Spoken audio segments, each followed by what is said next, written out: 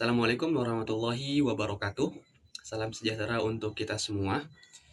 Selamat datang di video presentasi. Saya perkenalkan, saya Muhammad Ridho Rahmatullah dengan NIM 125129014. Pada kesempatan kali ini saya akan membahas tema yang sangat menarik, yaitu teori-teori pengalaman dan interpretasi. Teman-teman, pernahkah kita bertanya mengapa dua orang bisa melihat kejadian yang sama tetapi memiliki cerita yang sangat berbeda? Mengapa sebuah kata atau simbol bisa dimaknai lain oleh setiap orang? Nah, hal itulah yang akan kita bahas pada video kali ini, dan kita akan menyelami bagaimana manusia membangun makna dari pengalamannya, mulai dari definisi, kemudian mengapa hal ini penting, hingga contoh dalam keseharian kita. Oleh karena itu, mari kita mulai.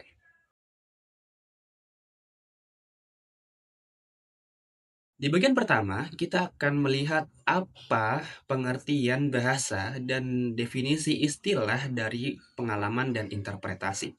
Kata pengalaman berasal dari kata dasar alam yang mendapat awalan pe dan akhiran an. Dalam Kamus Besar Bahasa Indonesia, pengalaman diartikan sebagai sesuatu yang pernah dialami, dijalani, dirasai, dan juga ditanggung. Sementara interpretasi yang berarti pemberian kesan, pendapat, atau pandangan teoritis terhadap sesuatu penafsiran. Kemudian, menurut jurnal Neobis, Purnamasari dan Hermawati tahun 2013, Singgih Bawono mengungkapkan bahwa pengalaman merupakan suatu proses pembelajaran dan penambahan perkembangan potensi bertingkah laku baik dari pendidikan formal ataupun non-formal, atau juga bisa diartikan sebagai sesuatu proses yang membawa seseorang kepada suatu pola tingkah laku yang lebih tinggi. Kemudian interpretasi. Dalam buku Hermeneutika, Richard E. Palmer menjelaskan, menurut Richard E. Palmer, interpretasi berakar dari nama dewa Yunani yaitu Hermes, yang bertugas mentransmisikan apa yang berada di balik pemahaman manusia ke dalam bentuk yang dapat ditangkap oleh akal dan budi. Dengan kata lain, interpretasi adalah proses menggiring sesuatu yang sebelumnya tidak dapat dipahami menjadi sesuatu yang dapat dipahami. Inilah esensi dari interpretasi, menjembatani antara yang asing menjadi yang akrab, antara yang tidak diketahui menjadi yang diketahui.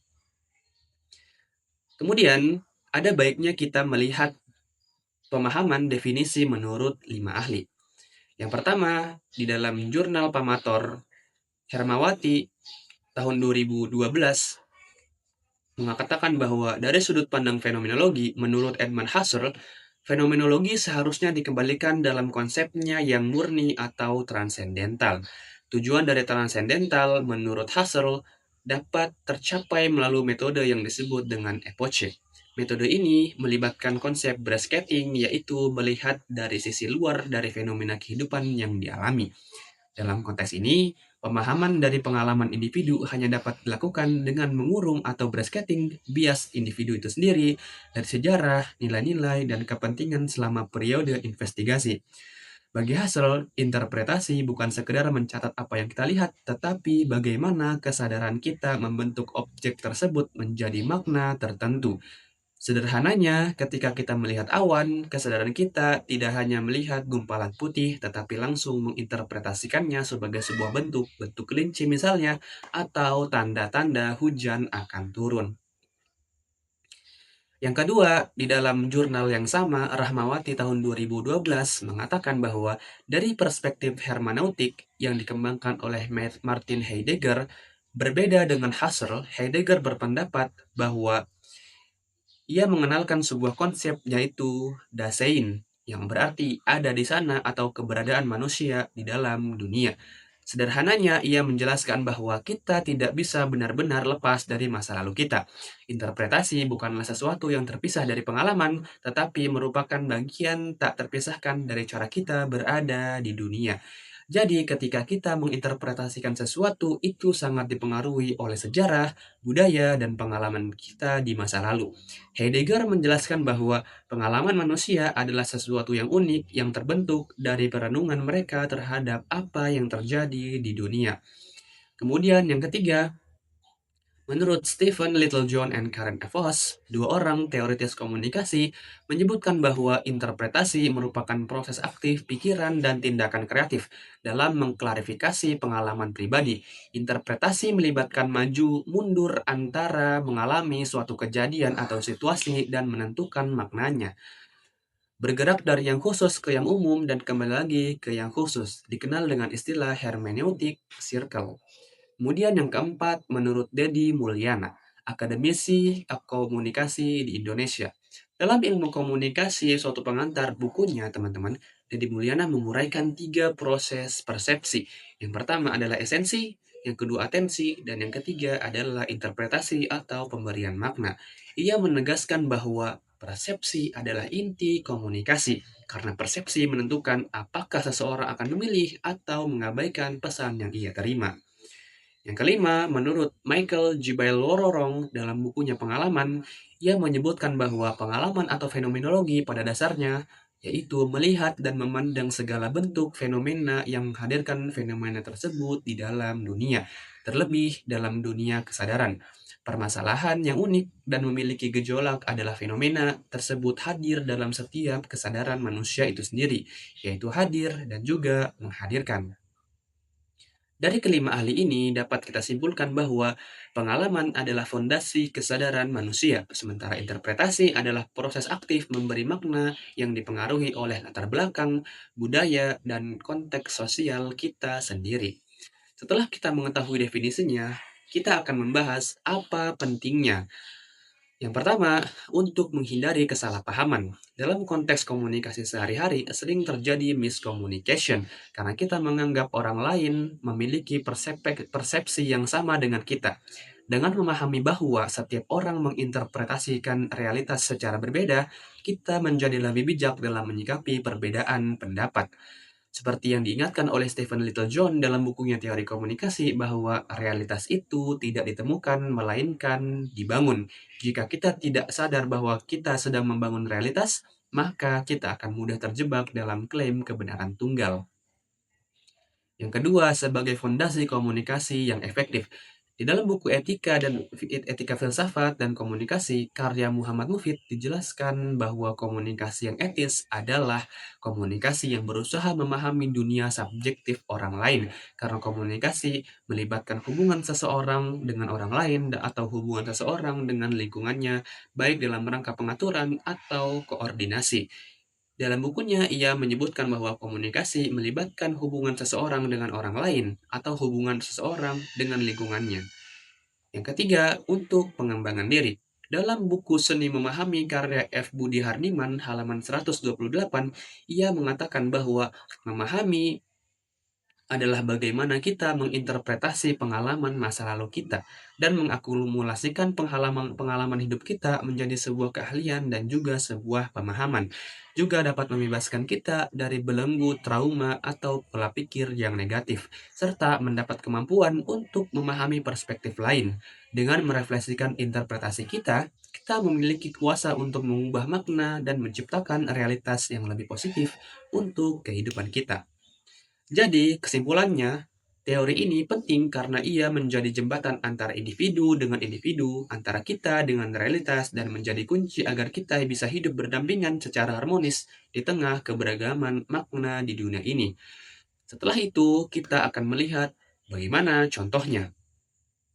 Contoh pertama, kita akan menggunakan kerucut pengalaman Edgar Dell, sebuah teori yang dikembangkan oleh Edgar Dell di dalam jurnal Sarita Bahalap, Jurnal Teologi dan Pendidikan Kristiani, Leader dan Cahya Ningtyas 2024 mengatakan bahwa salah satu teori yang terkenal adalah kerucut pengalaman Edgar Dell. Teori ini menggambarkan bahwa pengalaman kita bisa sangat konkret hingga sangat abstrak. Dell menjelaskan bahwa kita hanya bisa mengingat 10% dari apa yang kita baca, tetapi 90% dari apa yang kita lakukan secara langsung. Contoh aplikasinya misalnya adalah di kelas, seorang guru hanya bercerita tentang tata surya. Bercerita merupakan simbol verbal yang bisa digunakan oleh kata-kata. Siswa mungkin hanya dapat pemahaman 10%. Namun, jika guru mengajak siswa membuat simulasi atau model buatan, pemahaman mereka akan meningkat. Lalu, jika guru bisa membawa siswa ke planetarium sebagai pengalaman langsung, pemahaman dan interpretasi mereka tentang tata surya akan jauh lebih mendalam dan jauh lebih bertahan lama. Ini membuktikan bahwa semakin konkret pengalaman, semakin kaya interpretasi yang terbentuk. Kemudian kita akan melihat contoh yang kedua, yaitu makanan pedas. Ketika proses tersebut terjadi dalam sebuah jurnal dikatakan sejarawan juga harus menggunakan latar belakang kehidupan dengan seluruh pengalaman hidupnya sendiri, sehingga memunculkan pengalaman dialog batin antara batin sejarawan yang menggunakan pengalaman hidupnya sendiri dengan sumber-sumber sejarah yang digunakan. Contoh sederhananya adalah misalkan dua orang Amin dan Budi makan sambal yang sama di sebuah warteg. Amin berkata makanannya sangat enak, sementara Budi berkata makanannya sangat pedas. Makanan yang sama tetapi interpretasi mereka juga berbeda. Menurut Heidegger, perbedaan ini terjadi karena latar belakang pengalaman mereka berbeda. Amin sudah terbiasa makan pedas sejak kecil. Baginya, pedas adalah sebuah kenikmatan. Budi yang tidak terbiasa, baginya pedas adalah rasa sakit. Ini menunjukkan bahwa interpretasi selalu dipengaruhi oleh siapa kita dan pengalaman apa yang sudah kita lalui. Contoh ketiga, fenomenologi dalam kehidupan sehari-hari.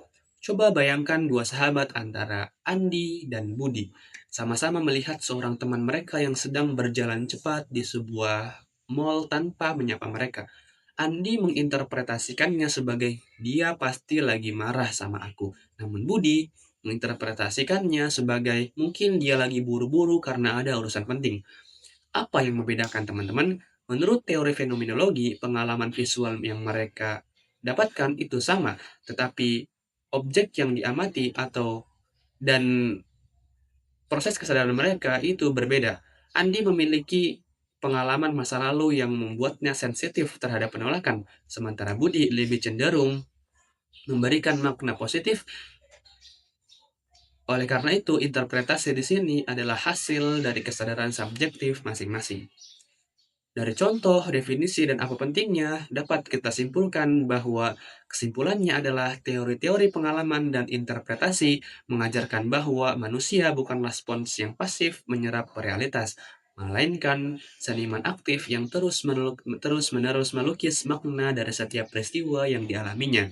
Dari definisi yang telah dijelaskan, kita tahu bahwa pengalaman dan interpretasi adalah dua sisi mata uang yang tidak terpisahkan. Pentingnya adalah agar kita bisa menjadi komunikator yang bijak, penuh empati, dan juga kritis. Dan contoh-contoh tadi membuktikan bahwa teori ini selalu hidup dalam setiap aspek keseharian kita. Demikian pemaparan singkat dari saya. Semoga video ini bermanfaat dan menambah wawasan kita semua. Kurang lebihnya, saya mohon maaf. Sekian, Assalamualaikum warahmatullahi wabarakatuh.